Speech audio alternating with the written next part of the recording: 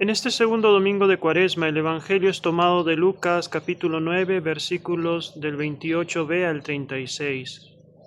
Lucas nos presenta la transfiguración de Jesús.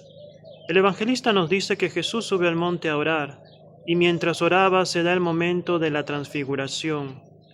El monte en la Biblia es el lugar de encuentro con Dios. Es característico de Lucas presentar a Jesús orando.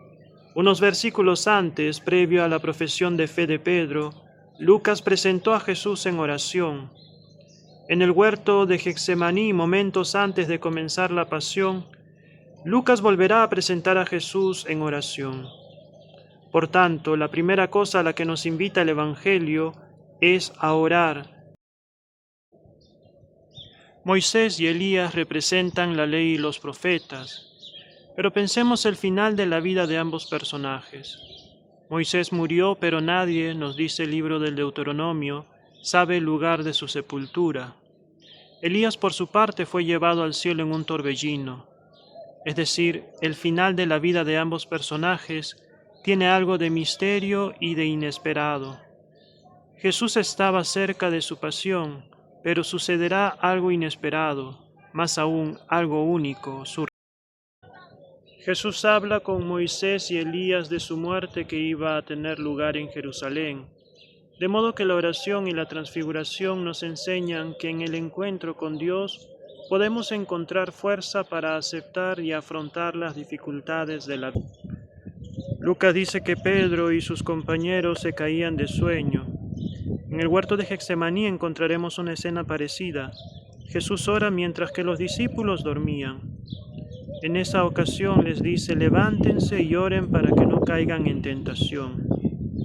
No es fácil mantenerse en oración, pero el Señor nos anima a hacerlo para no caer en tentación, para fortalecer nuestra fe. Luego de haber visto la gloria de Jesús, Pedro expresa que se está bien estar allí, y se ofrece a hacer 3 tiendas junto a Juan y a Santiago. Pedro quiere permanecer, quiere prolongar esa experiencia de contemplar la gloria de Jesús, pero no sabía lo que decía, ya sea por la fascinación que experimentaba en ese momento, o porque no sabía que para ser testigo de la gloria de la resurrección, Jesús tenía que pasar primero por la cruz. Es positivo tener momentos de contemplación como el de Pedro, pero es en la vida diaria donde debemos vivir como testigos de la transfiguración. La nube se forma, la nube cubre a los discípulos y entran en la nube. Los discípulos no solo son espectadores, son partícipes de esa experiencia divina, pero también serán partícipes del mismo destino de Jesús. Seguirán sus pasos. Jesús será crucificado. Ellos darán la vida por Jesús. Este es mi Hijo, mi elegido, escúchenlo. Lucas, a diferencia de Marcos y Mateo, subraya la elección de Jesús. Ha habido profetas que han anunciado la palabra de Dios, pero Jesús es el elegido, el Hijo. Por eso hay que escucharlo. Hay muchos términos en este Evangelio que señalan la manifestación divina de Jesús a sus 3 discípulos antes de su pasión. El hecho de subir al monte, lugar de la presencia de Dios, el cambio de aspecto de rostro y el brillo debido a la blancura de los vestidos de Jesús, la nube que los cubre, signo de la presencia de Dios, la voz que reconoce a Jesús como el escogido.